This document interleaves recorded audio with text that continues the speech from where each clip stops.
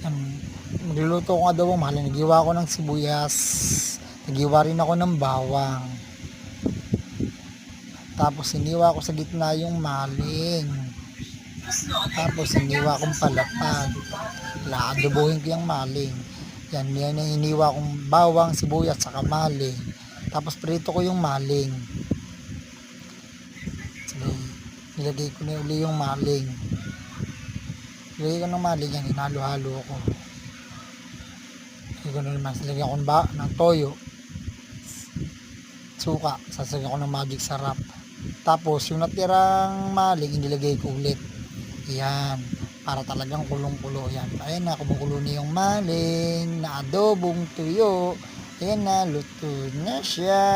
Pwede na siyang awin, pwede na siyang kainin. Yan na. Yan, napakasarap talaga ng luto kong maling guys. Oh, ayan na, pwede nang kainin. Pakipalo na lang ako guys sa